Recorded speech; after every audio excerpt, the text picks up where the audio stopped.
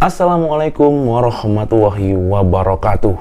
Terima kasih sudah klik video ini dan semoga bermanfaat. Salam cekidot. Rebanes dan bagus yang bagus lan ayu sehat selalu. Salah satu doa yang diijabah oleh Allah Subhanahu wa taala adalah doa yang berasal dari orang-orang yang teraniaya. Untuk itu kita perlu menjaga sikap dan berperilaku baik kepada sesama manusia. Dikhawatirkan orang yang kita dolimi berdoa keburukan untuk kita dan sangat besar kemungkinannya doa itu dikabulkan oleh Allah Subhanahu wa ta'ala. Kita akan mengisahkan tentang kisah keajaiban doa orang-orang yang teraniaya atau terzolimi. Salah satunya tentang malaikat Jibril yang mengembalikan istana raja yang dolim. Kisah itu terjadi saat Islam sudah disiarkan. Kisahnya begini, Rebanes, ketika itu ada seorang raja penguasa yang dolim. Selain raja ini jauh dari agama, ia juga merupakan raja yang egois dan tak peduli akan permasalahan rakyatnya dan penduduknya.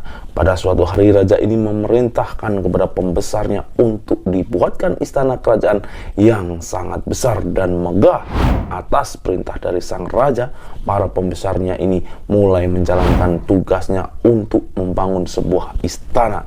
Mereka menentukan letak istana itu berada di sebuah tanah lapang yang di sampingnya ada sebuah rumah gubuk yang reot yang ditinggali oleh seorang perempuan tua. Maka dibangunlah istana kerajaan itu.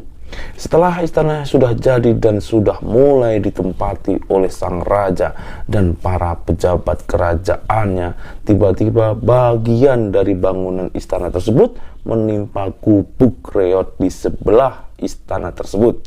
Hal itu menyebabkan rumah gubuk yang di sebelahnya rusak dan nyaris ambruk. Dan ketika itu terjadi, perempuan tua yang ada di dalam rumah bergegas lari keluar rumah. Dikhawatirkan rumahnya akan ambruk dan rubuh, maka wanita tua itu lari keluar. Ketika ia tahu penyebab rumahnya rusak adalah dari istana raja, dan wanita tua itu tahu bahwasanya jika ia minta keadilan akan hal tersebut kepada sang raja, pastilah sang raja tidak akan menanggapinya. Karena semua orang dan penduduk di sekitarnya tahu akan sifat buruk sang raja. Maka ketika itu perempuan tua itu berdoa kepada Allah Subhanahu wa ta'ala untuk meminta keadilan atas peristiwa itu.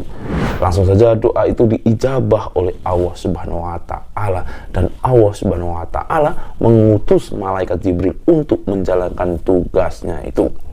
Singkat cerita, istana kerajaan yang megah itu dibalikan oleh malaikat Jibril dengan sekejap.